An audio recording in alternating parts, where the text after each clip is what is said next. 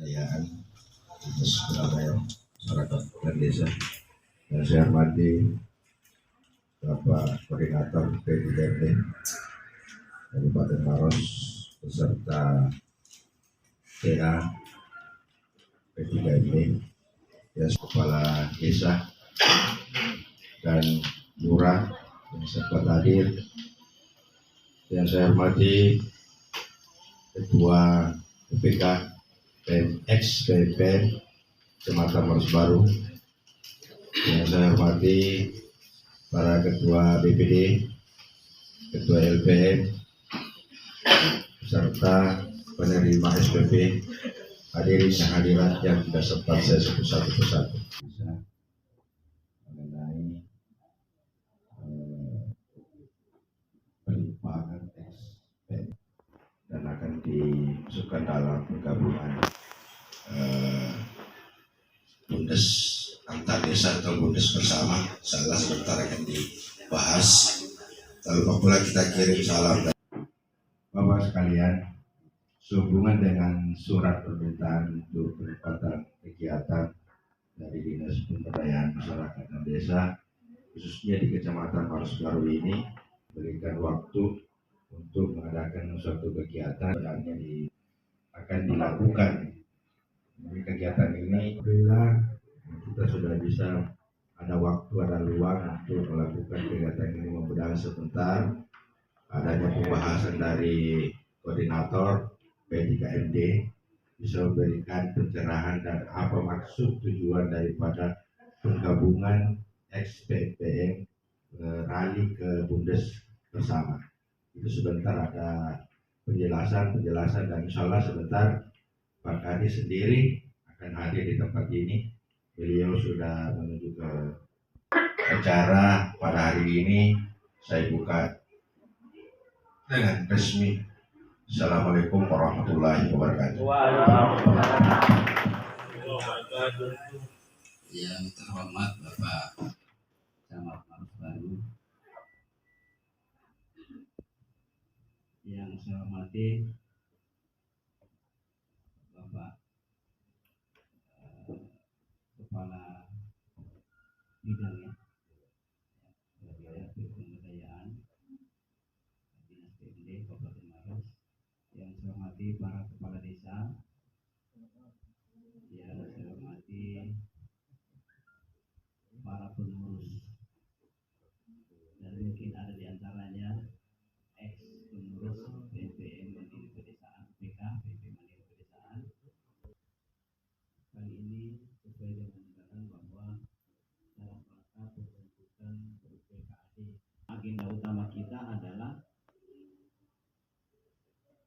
transformasi UPK ex PMP Mandiri Pedesaan menjadi BUMDes atau Badan Usaha Milik Desa Bersama. Rangkaian dari itu adalah pembentukan BKAD.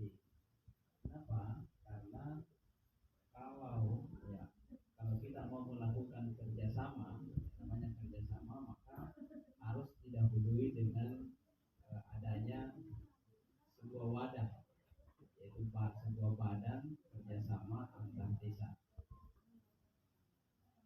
Dana tersebut bersumber dari program yang namanya program Nasional Pemberdayaan Masyarakat atau PNPM Mandiri Pedesaan. Ya, salah satu ada dua jenis dana bergulir, ada simpan pinjam untuk kelompok perumahan kecamatan yang berganti baju menjadi PNPM Mandiri Pedesaan. Nah, sekarang akan berganti lagi dari UPK menjadi BUMDes bersama. Nah, PMPM ini itu berakhir pada tahun 2014, Bapak Ibu sekalian. Nah, dengan berakhirnya PMPM, ya, ada dana masyarakat atau dana abadi masyarakat yang ditinggalkan, yang sudah dihibahkan. Nah, ini banyak yang salah memahami atau salah mengerti bahwa kenapa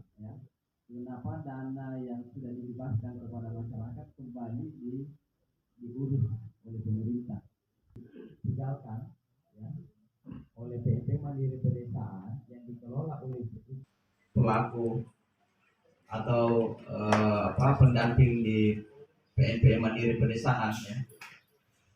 Ya, selaku ya, 2 kali di Jakarta, 1 kali di Bogor, 1 kali di Malang merumuskan atau perseroan. Ya, setelah dikaji aturan main perseroan dengan penerapan aturan simpang pinjam bisa dinotariskan, diakte notariskan, tapi bukan badannya, bukan organisasinya, tapi aturan main yang disepakati melalui namanya pada saat itu adalah MAD ya, musyawarah antar desa, seperti yang kita lakukan sekarang ini. Nah, aturan main yang disepakati pada saat MAD itu yang dinotariskan sampai menunggu adanya payung hukum yang tepat, surat ya, mengeluarkan surat, bunyinya persis dengan apa yang apalagi namanya ya, UPK tidak berbadan hukum ya, gitu. Sampai adanya payung hukum yang tepat. Nah, 15. Nah, disitulah mulai diatur ya, diatur secara jelas terkait dengan dana-dana bergulir yang pemiliknya adalah masyarakat, yaitu BUMDes. Ya. Tahapan transformasi itu ada 2, ada namanya persiapan dan ada pelaksanaan. Nah, di persiapan itu mulai dari sosialisasi tingkat pusat ya, pusat, lalu kemudian ke kabupaten, ya di provinsi tidak ada, hanya melintas karena memang tidak ada di sana UPK di level itu. Hitungan nilai aset dana bergulir UPK ya, itu sudah dilakukan oleh inspektorat ya, lalu kemudian review laporan UPK juga dilakukan oleh inspektorat, lalu kemudian kita sosialisasi sekarang di tingkat kecamatan. Nah, menyepakati sebentar pembentukan badan kerjasama antar desa. Terkait aset XPNPM, saya kembali ke awal dulu terkait agenda kita pada hari ini itu pembentukan BKD. Yang mana dimaksud BKD di sini adalah Badan Kerjasama Antar Desa, yang tadinya itu ada di masing-masing desa itu Badan Kerjasama Desa. Badan Kerjasama Antar Desa ini ada 3 bentuknya. Yang pertama itu menangani urusan sumber-sumber yang ada di desa, sumber usaha yang ada di desa. Terus yang kedua kegiatan pemberdayaan, yang ketiga keamanan dan ketertiban. Jadi bentuk kerjasamanya itu ada 3. Jadi saya mengambil contoh di Kecamatan Laut dan Bontoa, ada bentuk kerjasama desa yaitu pengelolaan sumber air tawar.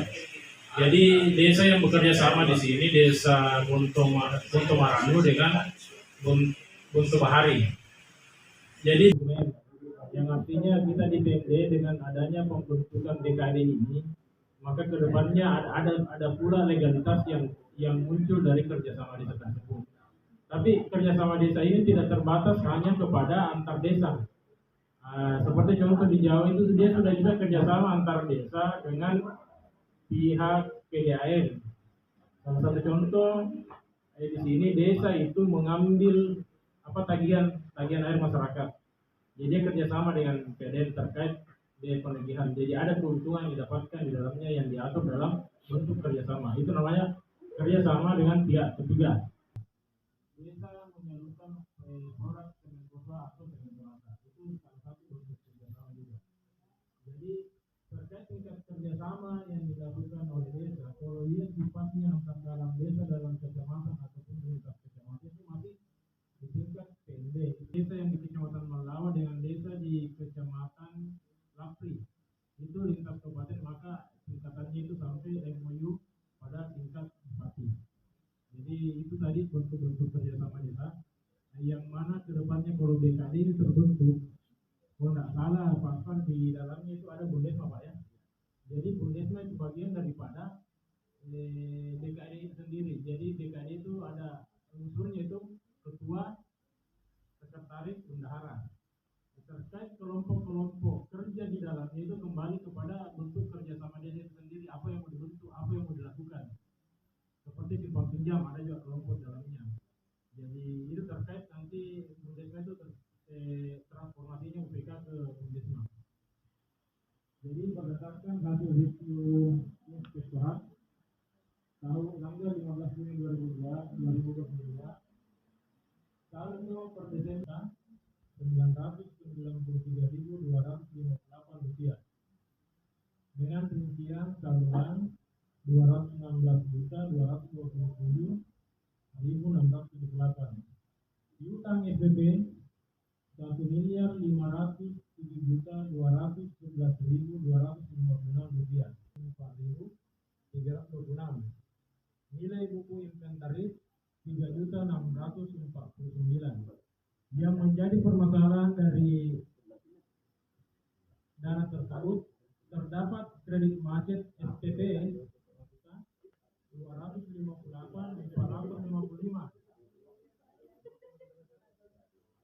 angsuran pokok yang menunggak 1 sampai 2 kali 308.371.000, angsuran pokok menunggak 5 sampai dengan 6 kali 18.019.000, angsuran pokok menunggak di atas 6 kali itu 647.027.455 rupiah.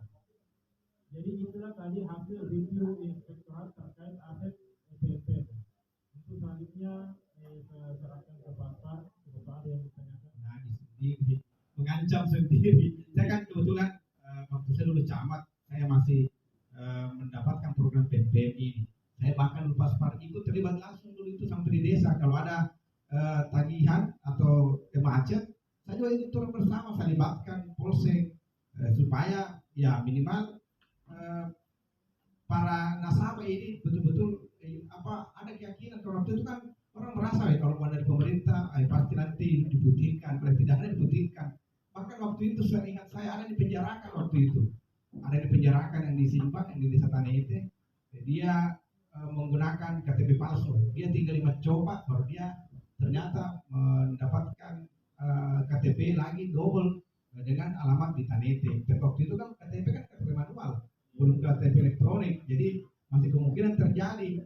Kemudian waktu itu dia kelompok itu namanya saja kelompok, padahal dia sendiri, perempuan lagi dia sendiri. Kemudian alasannya uangnya habis karena dia renta, kemudian mobilnya katanya dibawa lari, KTP-nya ganda. Kemudian dia atas nama kelompok tapi dia pribadi. Tapi hal itu mungkin yang seperti kelompok kemudian satu orang itu baik terjadi di beberapa tempat. Itu kan BKAD, karena kita anggap bahwa BKAD yang sebelumnya itu mungkin perlu juga kita melakukan penyegaran sebelumnya, karena justru yang paling berperan penting di sini adalah BKAD, bagaimana caranya terbentuk BKAD, kemudian kita melakukan musyawarah untuk transformasi. Tadi mungkin sudah dijelaskan banyak oleh Pak Aspar. Yang jelas perubahan ini sebenarnya bukan perubahan, hanya berubah nama saja yang digunakan. Tetapi nanti tentu perlu pembaharuan seperti sampaikan Pak Aspar. Ya nanti kan ada ADRT, anggaran dasar anggaran rumah tangganya ini namanya Bumdesma. Intinya begini, memang selama ini mungkin masih ada yang salah paham antara Bumdes dengan Bumdesma. Tetapi di perubahan kan dulu itu UPK itu kan termasuk kelurahan di dalamnya. Di petunjuk yang baru di PP itu dan di Permendes itu karena namanya baru usaha milik desa bersama, ya tetap kelurahan di dalamnya ada. Intinya hanya berganti baju saja. Apa yang membedakan nantinya? Yang membedakan yang paling gampang kita pahami adalah UPK itu kan tidak berbadan hukum. Kan dulu dia UPK ini dibentuk berdasarkan program.